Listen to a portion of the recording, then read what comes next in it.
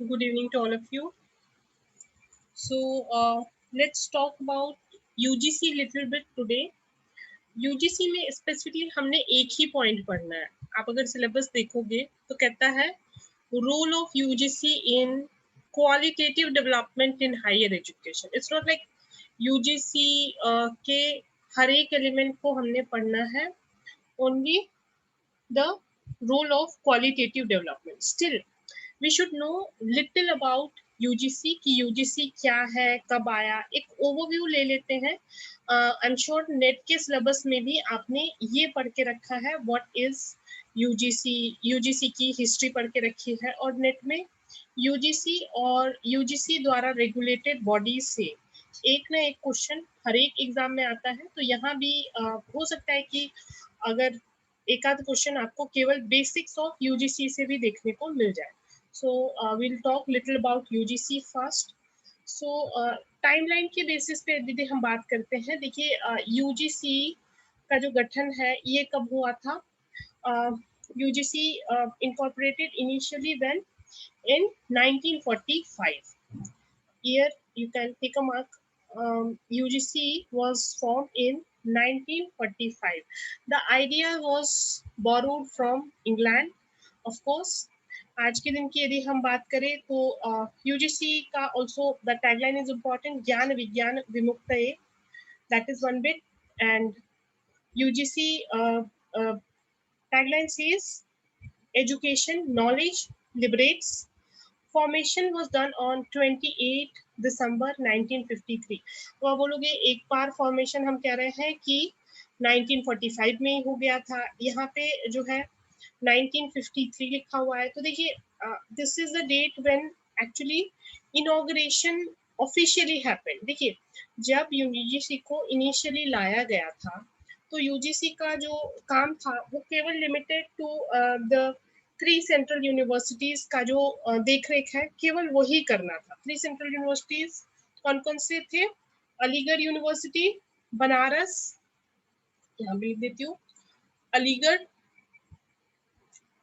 Banaras and university of Delhi. तो ये कब हुआ था? जब यूजीसी का गठन किया गया था 1945 में. उनका काम केवल इन्हीं तीनों यूनिवर्सिटीज की देखभाल करना. ठीक, ओवर पीरियड ऑफ टाइम इसके होराइजन को 1947 में एक्सटेंड कर दिया गया. तो देश की जितनी भी यूनिवर्सिटीज थी उनका देखभाल करना काम हो गया आपके यूजीसी का. ठीक, और बाद में जब हमारा देश आजाद हो गया उसके बाद 28 December 1953 was the date where UGC was officially formed, and it was inaugurated by Maulana Abul Kalam Azad, the Minister of Education at that point in time. And UGC का एक्ट जो है वो फाइनली आया था 1956 में. So whenever we talk about UGC, remember we referred Statutory Act of 1956. So UGC as a statutory body बन गई आपकी 1956 में. UGC ने पहले तो काफी ज्यादा सेंट्रलाइज थी, लेकिन चलो थोड़ी सी बातें ये भी समझ लेते. एक बेसिक है कि not from exam perspective, but you should at least know what is a constitutional body, what is a statutory, and what is a non-statutory. So statutory body हमें सबको पता है जो कि किसी statute या किसी law के तहत बनाया गया है, वो statutory body है. constitutional body जिसका जिक्र संविधान में ही दे रखा है वो कॉन्स्टिट्यूशनल बॉडी कहलाती है. कहते हैं constitutional bodies are those who derive their existence and authority from the constitution itself.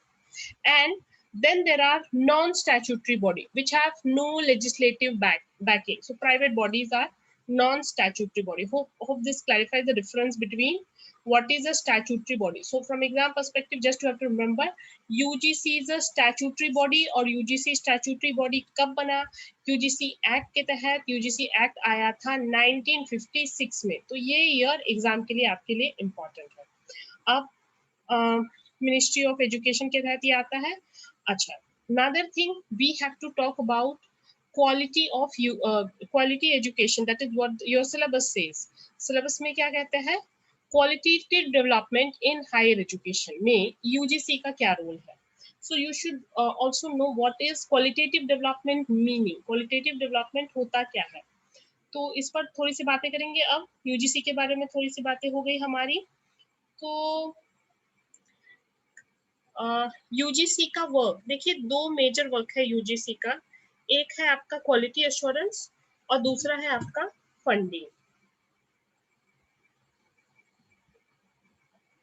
ठीक है, recognition, coordination, maintenance of standards of higher education is what UGC does. And another leg is disbursement of funds to recognized universities and colleges. देखिए इसमें सबसे बड़ी समस्या क्या होती है, एक तरफ हम कह रहे हैं कि एक ही बॉडी है जो कि फंडिंग देने का काम कर रहा है, ठीक है, और वो ही बॉडी ग्रेडिंग भी दे रहा है। ग्रेडिंग दे रहा है मतलब इसके सबसेट्स है। We have AICTE for technical education, technical education के लिए हमारा AICTE है। And who grades non-technical education, non technical education के एक्रेडिटेशन स्टैंडर्ड्स कौन ग्रेड करता है? ऐसे तो 50 बॉडी है, लेकिन एक मेजर बॉडी है जिसको हम नॉन टेक्निकल एक्रेडिटेशन के लिए जानते हैं, that is anyone? Non technical education की recognition, grading, maintenance of standards कौन करता है? NAAC. How many of us, many of us may be associated, I'm sure, with NAAC accredited colleges and institutions, and universities also maybe. So disbursement of funds to recognize universities and colleges. This is the second functionality of UGC. So we were talking कि एक ही body है जो कि funding भी कर रहा है और grading भी दे रहा है। तो इसमें सबसे बड़ा चैलेंज जो UGC के सामने आया वो था करप्शन, क्योंकि एक ही बॉडी जब रिकॉग्निशन भी कर रही है, वही ग्रेड कर रही है, वही जो है उनको पैसे भी दे रही है, तो it should be separated. That's why there was a need of our कि नया बॉडी लेकर के आया जाए जो इन सब कार्य जो सेपरेट काम करे, and UGC work should be limited. So देखिए एक चीज और समझिए, जब हम कोई नया बॉडी बना के लेकर के आएंगे, तो यानी कि ऐसा नहीं कि हम पूरी नई हायरिंग करेंगे, पूरी नई टीम बिठा के लाएंगे, बल्कि आपको केवल बॉडी का नाम चेंज हो जाएगा, बाकी फंक्शनैलिटीज में आपको डिफरेंसेस देखने को मिलेंगे। नॉट लाइक कि इंटायरली पूरी नई टीम होगी, यूजीसी के ही टीम रहेगी ऑब्वियसली। सो यूजीसी के और एक्रेडिटेशन की बात करें, जब हम कहते हैं हायर लर्निंग एक्रेडिटेशन में, तो हमने कहा काफी सारे इंस्टीट्यूशंस हैं। टेक्निकल एजुकेशन के लिए है आपका AICTE, डिस्टेंस एजुकेशन काउंसिल है अलग से, लॉ के लिए you have bar council of India BCI, agricultural के लिए ICR। तो देखिए आप दर्जनों यहाँ पे आपको दिख सकते हैं एक्रेडिटेशन के लिए अलग अलग बॉडी है। इनफैक्ट नया एजुकेशन पॉलिसीज बात करता है कि इन सब को मतलब NAC का भी क्राइटेरिया जो है रिवाइज हुआ है, and there are also talks of NAAC consolidation, जिसमें इन सारी चीजों को जो है क्लब किया जा सके। सो थोड़ी सी बातें और कंपोजिशन पे कर लेते हैं क्विकली। तो यूजीसी में एक चेयरमैन होते हैं, वाइस चेयरमैन है और 10 मेंबर्स है। व्हाट इज इम्पोर्टेंट, ये सारे कौन अपॉइंट करता है? सेंट्रल गवर्नमेंट अपॉइंट करता है, जिसमें काफी सारे आपको एक्स ऑफिशियो मेंबर्स मिलेंगे और एकेडमिक इंडस्ट्रीज के एकेडमिशियंस मिलेंगे। न्यू दिल्ली में इसका हेडक्वार्टर्स है।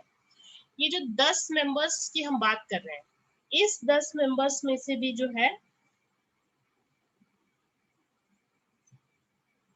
जस्ट अ सेकेंड, इस 10 मेंबर्स में से भी हैं 2 अधिकारी जो है वो सेंट्रल गवर्नमेंट के होंगे। इसको चार मान के चलिए, 4 आपके टीचर ऑफ यूनिवर्सिटीज होने चाहिए, और बाकी जो है वो अलग अलग क्षेत्र से, जैसे कि कोई कॉमर्स से डिस्टिंग्विश्ड पर्सन है, कोई लॉ से है, कोई मेडिकल से है, तो वो सारे मेंबर्स आएंगे। जब हम कहते हैं कि 4 इसमें टीचर्स होने चाहिए इस 10 में, ये 4 कौन-कौन से लोग हो सकते हैं? जो कि वाइस चांसलर है और कहीं यूनिवर्सिटी में कोई बाकी यूनिवर्सिटी में टीचर नहीं है, वो इसमें यूजीसी के मेंबरशिप में शामिल हो सकते हैं। यूजीसी के इसके अलावा आप देखोगे 6 रीजनल सेंटर्स हैं जो कि अलग-अलग सिटीज में लोकेटेड है, देख सकते हो यहाँ पर, पुणे, भोपाल, कोलकाता इत्यादि। So, yes, we talked about challenges wrought in the higher education sector of India. Unfortunately, इसको बोलने में बहुत बुरा लगता है कि हमारे देश में, देखिए, जब एजुकेशन पॉलिसीज बनी थी तब इनिशियली जरूरत थी कि नंबर्स में यूनिवर्सिटीज हो।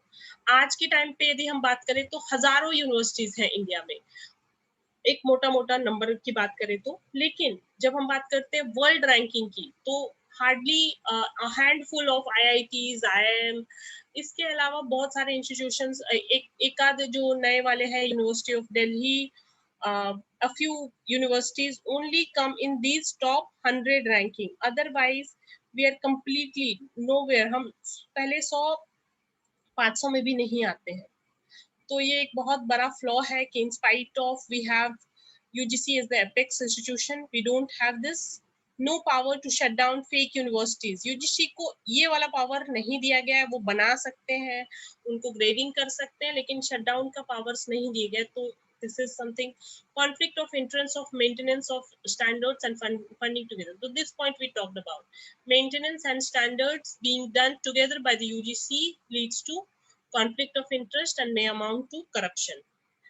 UGC work has also tremendously increased. So 1956 approximately केवल 100 यूनिवर्सिटीज थे और केवल 1000 कॉलेजेस थे। आज के दिन की बात करो, 2019 की बात है कर रहे हैं, तो 2019 में भी 1000 यूनिवर्सिटीज रफली मान के चलिए और 45,000 से ऊपर कॉलेजेस हैं।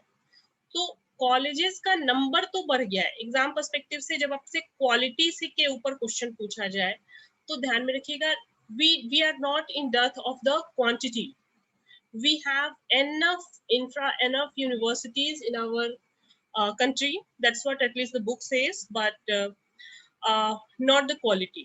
So quality is a issue, that's why we have to study. So यहाँ पर देखो 2021 QS रैंकिंग की अगर बात करें हम, तो यहाँ पर देखो QS ranking subject wise ranking निकालता है। इंजीनियरिंग, टेक्नोलॉजी और नेचुरल साइंसेस, ये सारे सब्जेक्ट के अंदर आप देखोगे इंडिया में केवल 49 पे IIT बॉम्बे, 50 पे आपका IIT Delhi and IIT Madras. Okay, so इसके अलावा 92 पे नेचुरल साइंसेस के अंदर यू हैव IISc बैंगलोर। तो गिने चुने ही देख सकते हो आपकी, और हर साल के नंबर्स लगभग सिमिलर ही रहते हैं। 1, 2, 3 ही यूनिवर्सिटी जो है या इंस्टीट्यूशंस जो है इस QS रैंकिंग में शामिल हो पाते हैं। अगर टाइम्स हायर रैंकिंग की बात करो तो 2020 से जो है इंडिया ने इसका बहिष्कार किया है, तो we don't really read it. So but still QS rankings are important, and this is one of the most recognized ranking across the world. So 5 broad areas में जो है ये QS world ranking दी जाती है। इस साल की बात करें so 5 subjects यहाँ पर, arts and humanities, engineering, life sciences and medicine, natural science and social science management, इसमें QS वर्ल्ड रैंकिंग दी गई है। QS वर्ल्ड रैंकिंग के बारे में भी थोड़ा सा जान लेते हैं। एक ब्रिटिश कंपनी है जो कि सब्जेक्ट वाइज रैंकिंग देती है। ये एकमात्र इंटरनेशनल रैंकिंग है जिसको ग्लोबली रिकॉग्नाइज किया जाता है। इंटरनेशनल रैंकिंग एक्सपर्ट ग्रुप भी इस QS वर्ल्ड रैंकिंग को मानते हैं।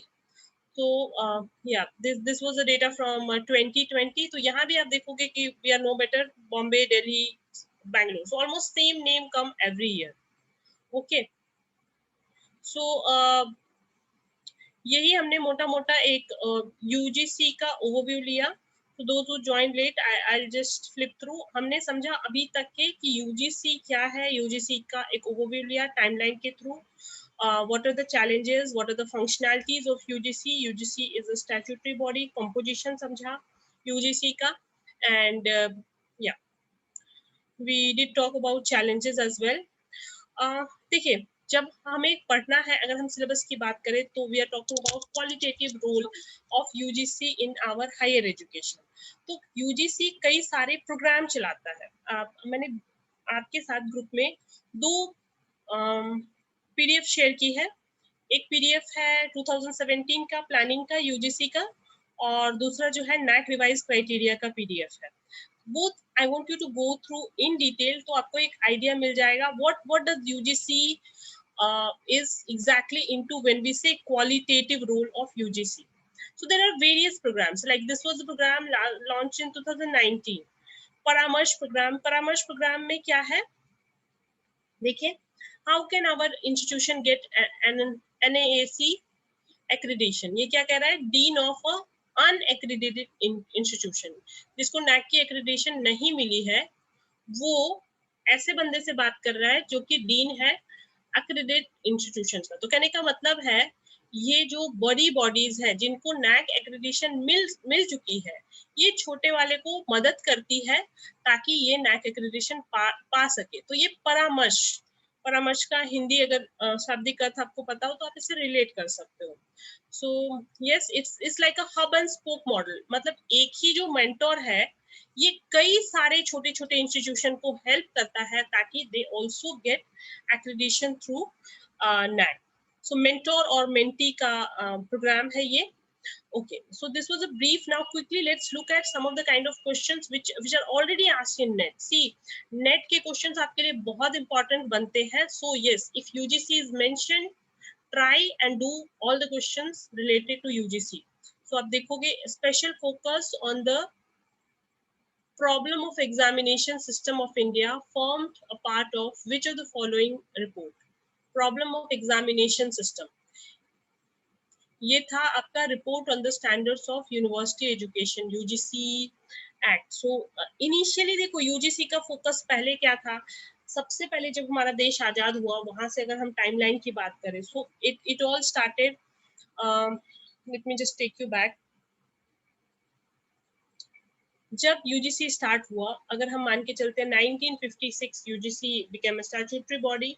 सो this time India was very poor. India में जो है प्लानिंग कमीशन चल रही थी, एजुकेशन इंस्टीट्यूशंस की कमी थी, तो प्राइमरी रोल था क्वांटिटी में इंक्रीज करना, स्कूल्स बढ़ाना, कॉलेजेस बढ़ाना, और कॉलेजेस में यूजीसी का रोल आता है। लेकिन अब अगर आज के दिन की बात करो तो मोर ऑफ अ क्वालिटेटिव पे फोकस शिफ्ट हो गया, because we are done with the number of institutions today. So let's also brush up quickly few other questions. Which of the following is entrusted with the responsibility of coordination of quality of higher education in India? अगर एकदम simple question आपको आए तो क्या कहेंगे आप, बताएं।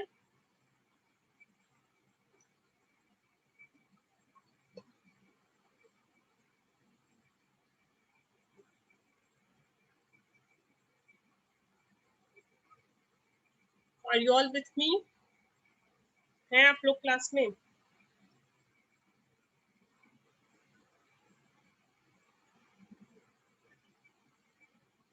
Yes. So it's UGC. So if you're lucky, you can get a simple question like this also. Which of the following are entrusted with the responsibility and coordination? Right answer is UGC. So UGC was formally inaugurated. At the start of the class, we talked Maulana Abul Kalam Azad, जो कि उस time के education minister थे, याद रखिएगा। कब inaugurate हुआ था यूजीसी, कौन से ईयर में, बताएं।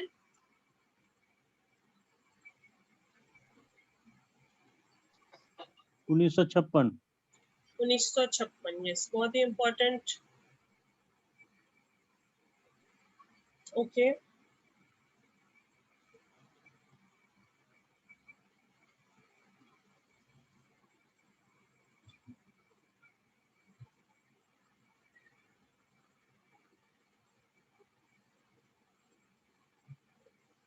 ठीक है।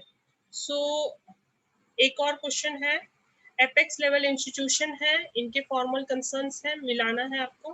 Late me just give numbers.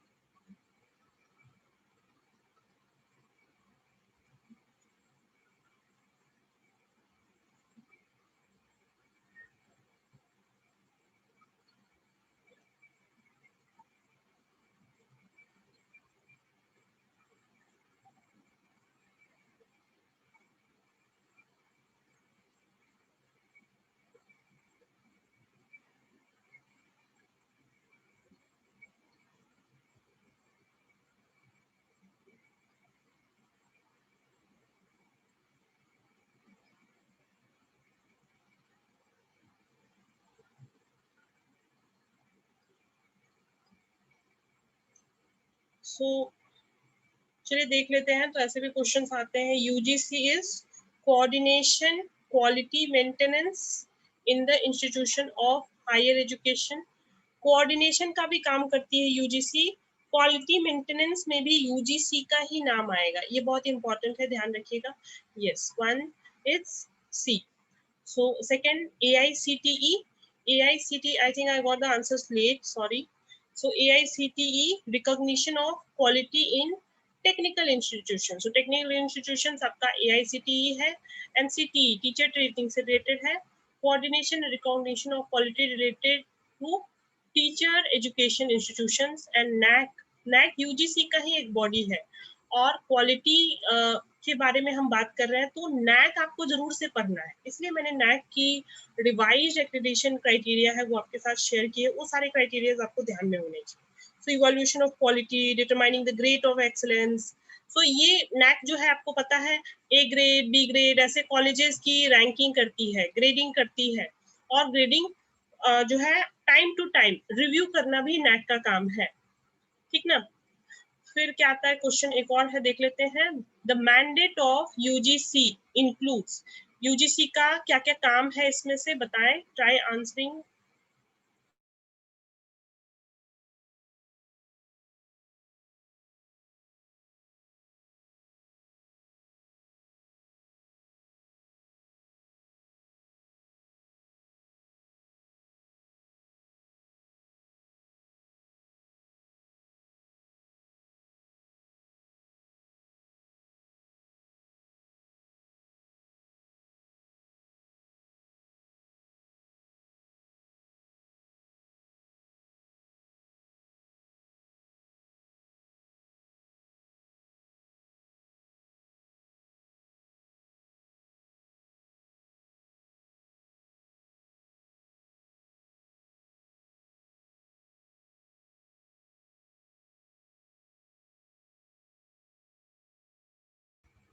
Okay, so got one answer is 2, 1, 3 and 4. 1, disbursement of grants to universities and colleges. Yes.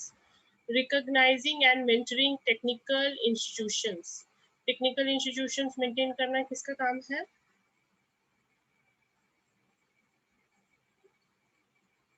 ना। Funding, yes, funding research centers, universities. Yes, so funding हमने देखा। And managing various scholarship programmes. सो 1, 3 and 4, 2 जो है different है। So right, okay. So this is okay, this is not important for you all, but UGC एक statutory body है, that much you should remember. UGC statutory body है। UGC statutory बना 1956 में, ये ईयर याद रखिएगा, ठीक है। सो यूजीसी भी स्टैट्यूटरी बॉडी है और एआईसीटीई भी आपकी एक स्टैट्यूटरी बॉडी है। ओके, यूजीसी का एम्स। एक और क्वेश्चन है, ये लास्ट क्वेश्चन करते हैं।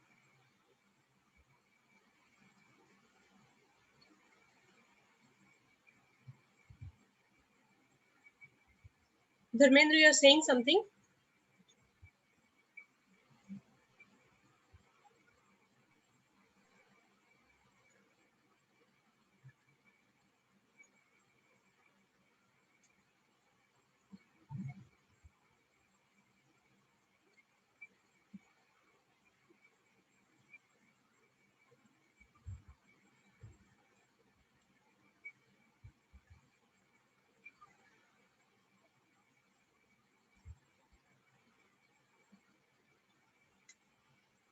और कोई आंसर कर रहा है?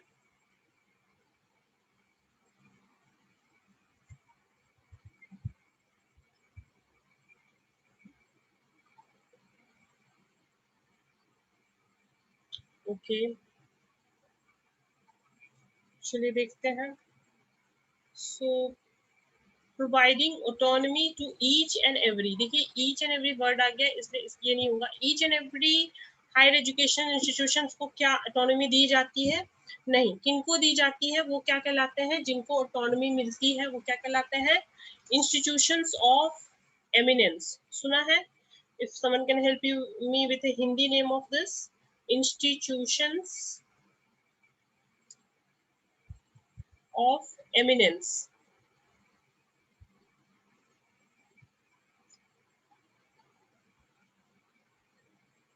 सो इंस्टीट्यूशंस ऑफ एमिनेंस जो होते हैं उनको ऑटोनॉमी दी जाती है। मुझे एग्जैक्टली हिंदी नाम नहीं पता है इसको क्या कहेंगे, बट एग्जांपल दे सकती हूँ मैं।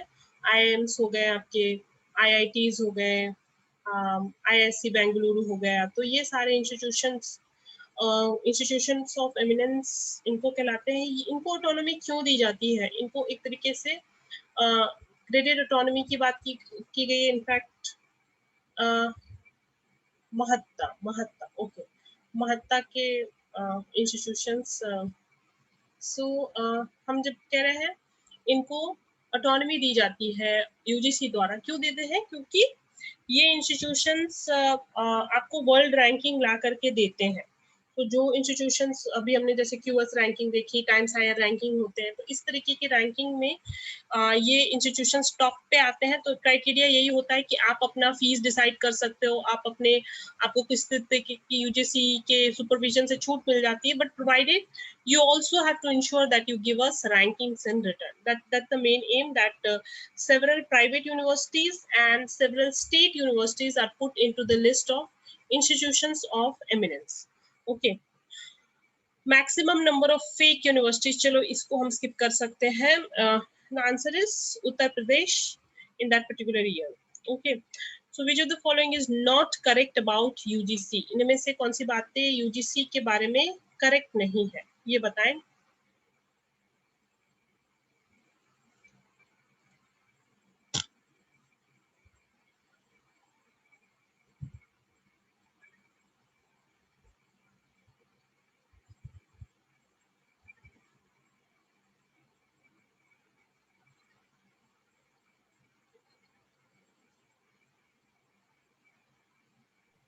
डी गलत होगा। एक से ज्यादा भी हो सकता है।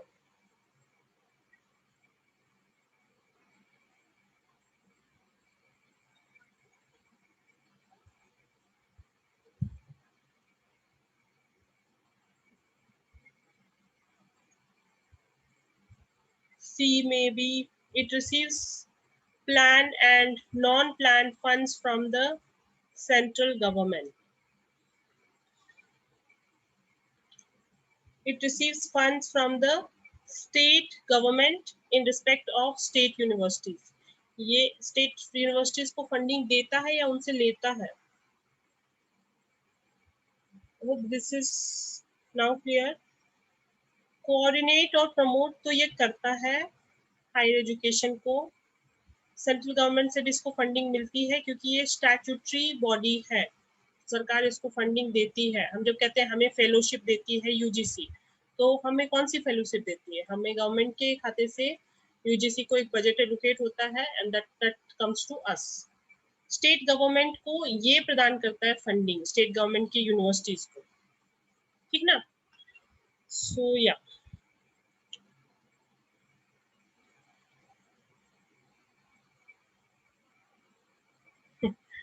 you will receive grants, don't worry. Now you'll have a government job.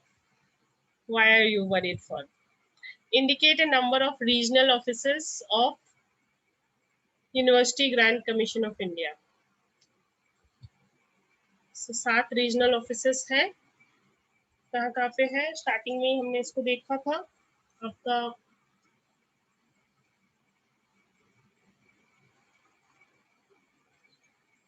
चलिए देख लेना। 7 रीजनल ऑफिसेस है। इस तरीके क्वेश्चंस को इस तरीके से स्टैटिक क्वेश्चंस नहीं बनेंगे, but still just to let you know, most of the universities in India are funded by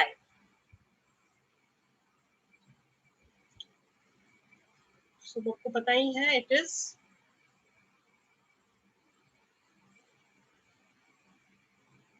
exam में कंफ्यूज मत हो जाना, इजी क्वेश्चन है। It is UGC of course.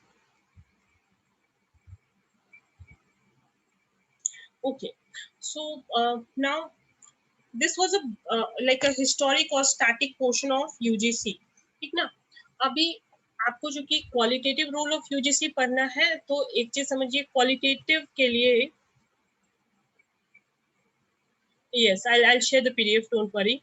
So I'll create a classroom for you all also, like I do for my net batches. और वहाँ पे मैं classroom का इनवाइट आपके साथ शेयर कर दूंगी। ईमेल आईडी आप लोग एक बार पोस्ट कर दीजिएगा, या पर्सनली या फिर ग्रुप में, and I will send invite to all of you. वहाँ से वो मटेरियल आपके साथ हमेशा रहेंगे, ठीक है। सो कमिंग बैक, सो यूजीसी के एक बॉडी है नैक, जैसे हमने समझा। नैक की 7 क्राइटेरियाज है जो कि कोर फंक्शंस बताती है किसी भी हायर एजुकेशनल इंस्टीट्यूशंस को क्या क्या चीजें करने चाहिए।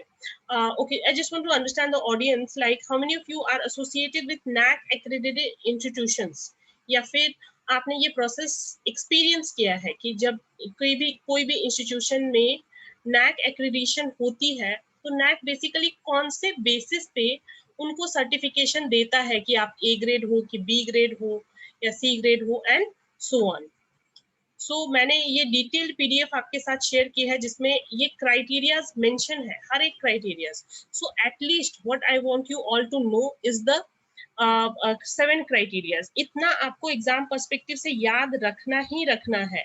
करिकुलर एस्पेक्ट्स, एक करिकुलर एस्पेक्ट्स, करिकुलम में क्या क्या चीजें होनी चाहिए, बहुत ही इंपॉर्टेंट है ये। टीचिंग एंड लर्निंग इवैल्यूएशन, किस बेसिस पे आप इवैल्यूएशन कर रहे हो, teaching and learning evaluation, research, innovation, extension, infrastructure, learning resources, student support, progression, governance, leadership management, institutional values and best practices. हर एक क्राइटेरिया में आप देखोगे, एक तो ये 7 एज इट इज याद रख लेना एग्जाम पर्सपेक्टिव से, और हर एक के अंदर आप देखोगे अलग अलग की परफॉर्मेंस इंडिकेटर्स है, केपीआईज है हर एक क्राइटेरिया की। So just browse through it once, एक बार वो फाइल शेयर कर देना। आई विल फिर से मैं एक बार बता दूंगी किस फाइल की बात करूँ। आज ही शेयर किया मैंने आपके साथ एक वर्ड फाइल है जो कि नैक रिवाइज क्राइटेरिया, ये टाइम टू टाइम रिवाइज होते रहते हो, तो just wanted to highlight this. Okay, I will still talk a little more on infrastructure, hostel facilities, education, record everything everything they monitor. Yes, you have experience, so good, Diksha, if you have experience. Yes, it's a hell lot of process, in especially when like you are as a faculty working in an institution and going through this, it's a hell lot of work for the faculties or the college per se when they are going through. तो एक और PDF में upload कर रही हूँ, NAAC के ऊपर थोड़ी सी और बात करेंगे, and if time permits will look through some bit of ICT as well. तो चलिए, just give me a minute.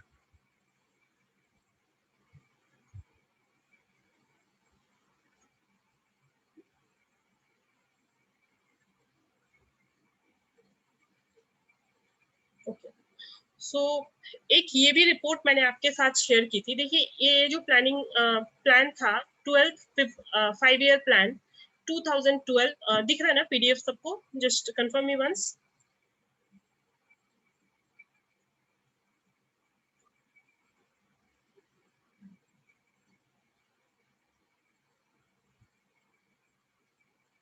We uploaded the right PDF.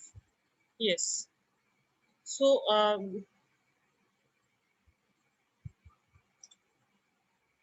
is the PDF visible? आप लोगों को PDF दिख रहा है ना? सो एग्जाम में एक क्वेश्चन यहाँ से बन सकता है आपको कि inclusive and qualitative expansion of higher education कौन सी प्लानिंग से जुड़ा हुआ है। सो यूजीसी ने जो है ये 12th 5-year प्लान 12 to 17 तक तो चला नहीं था प्लान, आपको पता ही है। When the government changed, the plan stopped, but this is associated with 12th 5-year plan. Just remember that. Now understand, when UGC started, the earlier focus of education in India was primarily access, retention and competition. लेकिन ये qualitative aspect इसमें कहीं था ही नहीं। मतलब जब हमने start ही किया, तो अगर आपको फ्लॉ बेस्ड क्वेश्चन आया कि यूजीसी में क्या फ्लॉ है, तो ये याद रखिएगा कि शुरू से ही हमारा यही था कि रिटेंशन ऑफ लर्निंग, कौन से लेवल से, रोड लर्निंग पे हमने खाली फोकस किया, प्राइमरी एजुकेशन, क्योंकि हमारा देश समझिए जब स्टार्ट हुआ था UGC, India was at a very very poor stage, जबकि वहां पे क्या था, एक्सेस, इक्विटी, हर एक जने को एजुकेशन मिले, that's why inclusion of all the ages, primary education free किया गया। तो इस तरीके के स्टेप्स लिए गए। तो पहले तो था कि हर जने को एजुकेशन मिले, उनको उसके बाद जो भी लर्निंग उनको मिलती है वो रिटेन कर पाए, and competition of primary education, so not much higher education, and slowly it has evolved. So see, you can go through this entire report, it's a very good report, but especially what I want you to have a read on is your chapter 7. Chapter 7 in this PDF talks about enhancing quality and excellence in higher education. So just to give you a few heads up, थोड़ी सी चीजें यहाँ से revise करते हैं, है ना? So yeah, I've shared the entire PDF with you all. लेकिन एक बार स्पेशली इसके स्कीम्स जो है, कौन से स्कीम्स हैं जो कि क्वालिटी और एक्सेलेंस की बात करते हैं यूजीसी के अंदर. So it talk something about autonomous colleges को ऑटोनमस. तो हमने एक ओवरव्यू लिया, व्हाट आर ऑटोनमस. ऑटोनमस मतलब क्या होता है, उनको कुछ हद तक हमने जो छूट देकर रखी है. Universities with potential for excellence, colleges with potential for excellence. So यहाँ से institutions of eminence, महत्ता जो आपने कहा, उससे questions बन सकता है. There is also something called a assistance for strengthening infrastructure in science and technology. ये एक program है, assistance for infrastructure in science and technology एक program है. और दूसरा program है assistance for strengthening infrastructure. Shall I zoom it? I'm not sure. Let me put it on.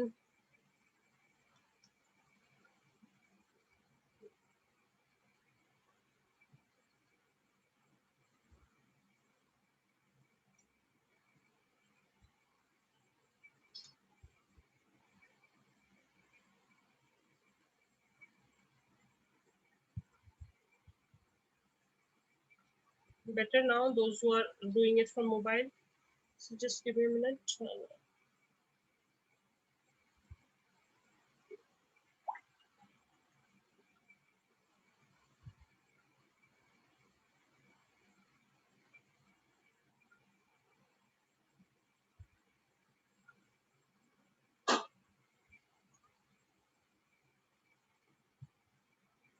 Okay, so these two programs, assistance for strengthening infrastructure and technology, you can do some reading on this. Another program is assistance for strengthening infrastructure and humanities and social science, do some reading on this. इसके अलावा देखिए, net में sorry UGC में quality assurance के लिए जैसे research fellowship, ये भी एक इम्पॉर्टेंट एलिमेंट है कि research fellowship, promotion of Indian higher education abroad, so that may students in India, there is a program where we call people from abroad. Now, which countries? Obviously, we call people from Sri Lanka, Nepal, Bhutan, Bangladesh. These kind of countries we call, so that they can come to Indian universities and take education. So yes, I have made few videos on this, but just wanted to highlight these कि ये सारी चीजें आपने एक बार देख लीजिएगा, है ना? इसके अलावा there are new schemes. So some of the schemes I will share with you as current update कि ये सारे स्कीम से क्वेश्चन बन सकते हैं with regards to qualitative aspect of it. बाकी आप इग्नोर कर सकते, that much I just wanted to tell you. So higher education की अगर हम बात कर रहे हैं आपकी क्वालिटेटिव एस्पेक्ट के, यहाँ पर आप देख सकते हो मेजरली क्या क्या एलिमेंट हमने ध्यान में रखने हैं. इंस्टीट्यूशन एक्रेडिशन हो गया, this is one strategy. Attracting quality faculty, promoting faculty mobility. So any program which talks about faculty mobility, जैसे आप देखे होंगे कि नेट में क्वेश्चंस आते हैं, कई बार आए हैं अर्पित लीडरशिप प्रोग्राम एंड ऑल्सो अर्पित. तो ये क्या है, फैकल्टी रिलेटेड प्रोग्राम.